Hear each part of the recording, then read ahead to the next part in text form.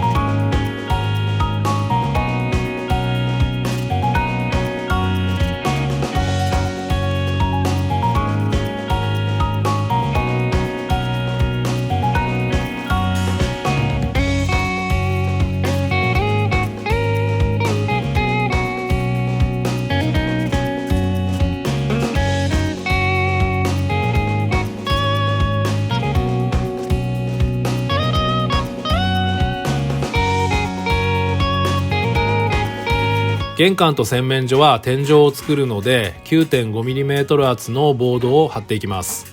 一人リノベの場合はですね、自分でボードを支えながらビスを打っていくことになるんですが、これがとにかく大変で、前回の物件でもね結構苦労したんですが、その動画でのコメントで視聴者さんからいただいたアドバイスをもとにですね、端材と L 型金具でボードを引っ掛けられるフックを作りました。これをね使ってみたいと思います。思った通りですね、特に天井張りの時はこの片手でビス打ちができるスクリュードライバーがあると便利ですね。下地はちょっと傾いてる部分があったのですが、そこまで目立たない程度だったので、野縁はビス打ちをやり直してそのまま使うことにしました。はい、どんどんやっていきましょう。このフックは簡単に作れる割には、結構ね便利でした。引っ掛けてるだけなので移動も楽なんですが、落下してしまうことがあるので、そこは改良の余地がありそうですね。今これはとりあえず外周部分のビス止めをしていますが、後で中間部分もビス止めをします。吉野石膏さんのホームページによるとですね、天井張りの留め付け間隔は外周部分が 150mm 程度、中間部分が 200mm 程度となっています。ビス頭は後でパテ埋めをして見えなくなるので、測らずにアバウトで留めています。はい、こんな感じでボード張りが完了しました。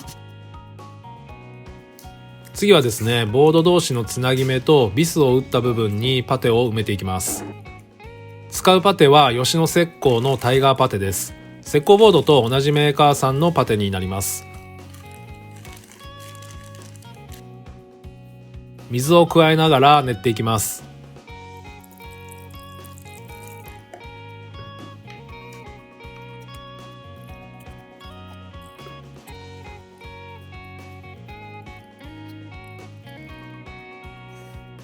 ヘラに適量取って溝に埋め込んで余分をこそぎ取っていきます。この時にパテが十分乗るスペースがないと乾いた時にひびが入ったりするみたいなので、ボードカンナで面取りが必要ということなんですね。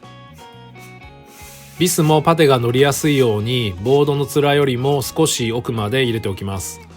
ヘラはですね、パテ埋め専用の金属ベラを使っているんですが、スクレーパーみたいな一般的なヘラだと厚みがあってしならないので、こういった専用のヘラの方がやりやすかったですね。翌日パテが乾いてからサンダーで余分を削って表面をならします。パテはですね、乾くと痩せてしまうので、壁面よりもへこんでしまったところに再度パテを塗っていきます。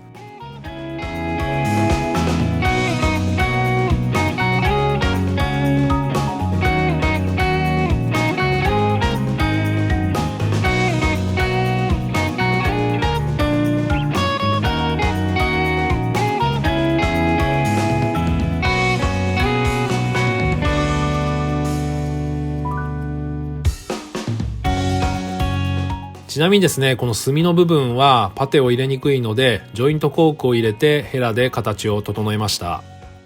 これがですね、2回縫った後にサンダーで仕上げた状態なんですが、それなりにね、綺麗に仕上がったみたいなので、次の塗装工程に移りたいと思います。今回はですね、塗装する面積が大きいので、このスプレーガンを使ってみることにしました。塗料はいつも使っているアサヒペンの水性艶消しの白を使います。白はですね、下地の色が透けやすくて何度も塗り重ねしないと綺麗に仕上がらないんですが、1回目に少しだけ黒を混ぜると綺麗に上塗りができるっていう風に聞いたので、それをね試してみることにしました。はい、1回目塗ってみます。出ないですね。塗料の粘度が高くて希釈しないと詰まってしまうみたいです。水性塗料なので水で薄めて再度塗装します。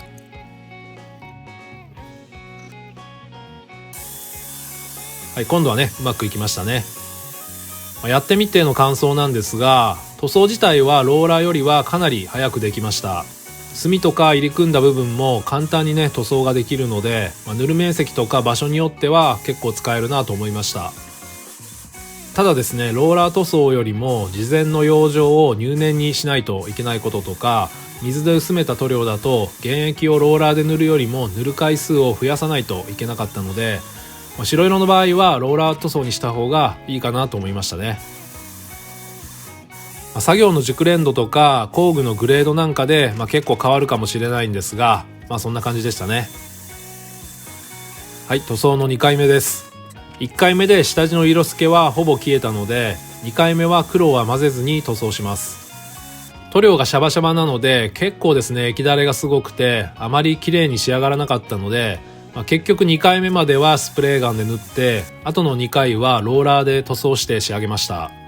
今これが4回目塗装をしているとこですね。だいぶ綺麗な白になってきましたね。多分ローラーだったら3回で綺麗に仕上がったと思うので、今回のケースではスプレーガンでもローラーでも、時間的にはあまり変わらなかったかもしれないです。白以外の他の色だったらスプレーガンでも 2,3 回ぐらいで綺麗に仕上がるのかなと思います。壁紙を貼った時の綺麗な仕上がりもいいんですが、個人的には塗装特有のデコボコ感とか不均一な感じが好きなので、そういう意味ではね自分好みに仕上がったかなと思います。白は他の色と比べて下地の表面が目立ちやすいので、ボードの継ぎ目部分は少し跡が目立つところも出てきてしまったんですが、こういうのはですねあまり味にはならないんですよね。これはもっと上手にできるようになれたらと思います。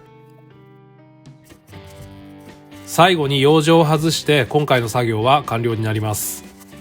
天井の古材と白い壁がなかなか相性良くていい感じに仕上がったと思います。白塗装が光を反射して部屋がねとても明るくなりました。